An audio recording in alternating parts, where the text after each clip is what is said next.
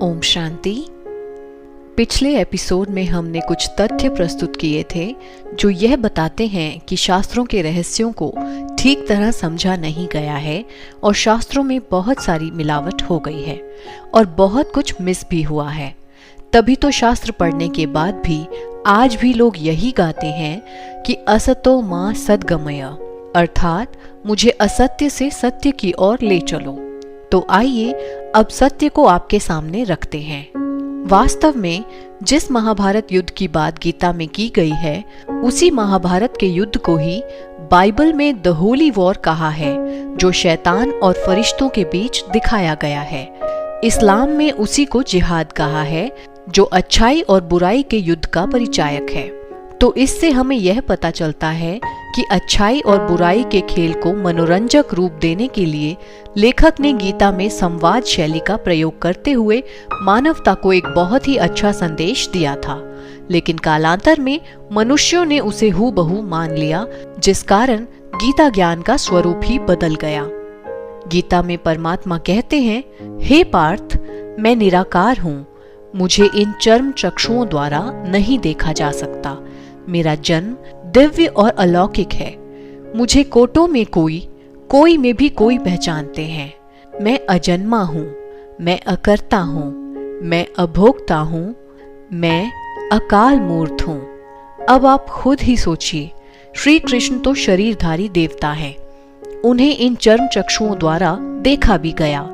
उनका जन्म भी माता के द्वारा हुआ। उन्होंने कर्म भी किए, शिक्षा भी प्राप्त की और उन्होंने देह त्याग भी किया। तो विचारणीय बात यह है कि इन वाक्यों का उद्घोष करने वाली वो परम सत्ता आखिर है कौन? फिर गीता में परमात्मा को 5 घोड़ों के रथ पर सवार एक सारथी के रूप में दर्शाया गया है। तो रथ अर्थात शरीर। यदि आपने राजयोग डे 1 की वीडियो ठीक से देखी है तो उसमें हमने बताया था कि शरीर को आत्मा का रथ भी कहते हैं।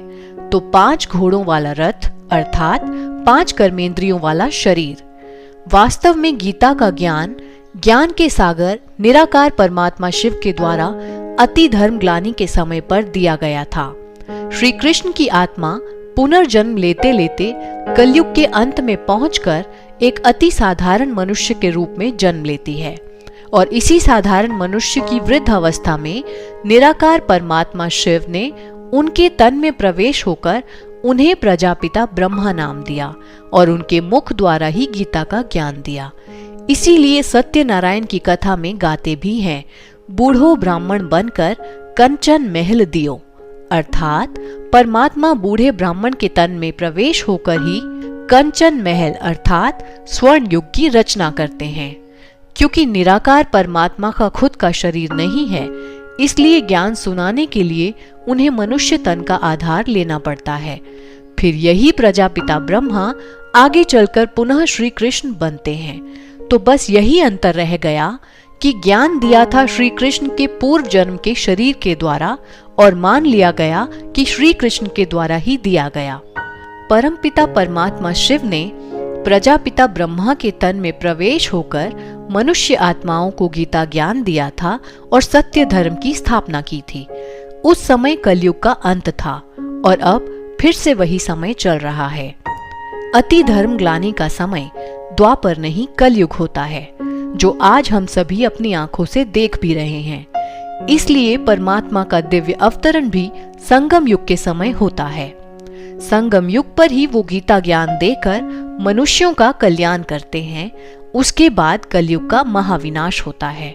परमात्मा शिव सृष्टि का कल्याण करके अपने परम धाम वापस लौट जाते हैं और युग परिवर्तन होकर पृथ्वी पर सतयुग आ जाता है, जिस कारण गीता ज्ञान भी लोप हो जाता है और फिर द्वापर युग में साक्षात्कार के माध्यम से उसे पुनः लिखा जाता है। तो ज्ञान देने के समय में और लिखने के समय में 2 युगों का अंतर पड़ गया।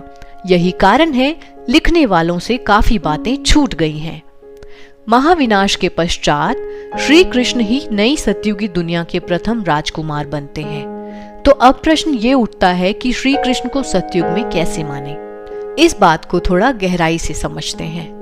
श्री कृष्ण का जन्म रात 12 बजे दिखाते हैं, जब चारों ओर हलचल का वातावरण था। एवं उनका जन्म भी जेल में दिखाते हैं। क्या यह वही समय नहीं चल रहा? सृष्टि चक्र वाले अध्याय में हमने बताया था कि सृष्टि की 12 अर्थात संगम युग, हलचल का वातावरण अर्थात महापरिवर्तन का वह समय जब प्रकृति अपना तांडव दिखाती है, और जेल अर्थात 5 विकारों की यह कलयुगी दुनिया। इस युग परिवर्तन के समय ही श्री कृष्ण का जन्म होता है और युग परिवर्तन के कारण ही श्री कृष्ण की जन्म देने वाली माँ और पालन पोषण करने वाली माँ भिन्न हो जाती है।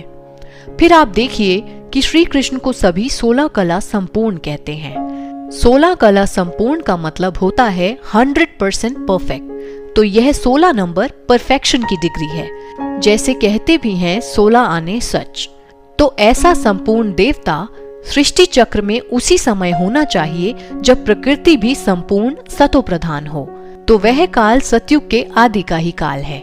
25 से 30 वर्ष की आयु में ही श्री कृष्ण और श्री राधा का स्वयंवर होता है, जिसके पश्चात उनका नामकरण श्री लक्ष्मी और श्री नारायण होता है। इसलिए गाते भी हैं, श्री कृष्ण गोविंद हरे मुरारी, हे नाथ नारायण वासुदेवा। तो नारायण और श्री कृष्ण एक ही हैं, और यही कारण है कि शास्त्रों में लक्ष्मी नारायण का बचपन नहीं मिलता और श्री राधा कृष्णा के विवाह के बाद के जीवन का भी कुछ खास जिक्र नहीं मिलता। तो शीघ्र ही श्री कृष्ण का जन्म इस भारत भूमि पर होने वाला है।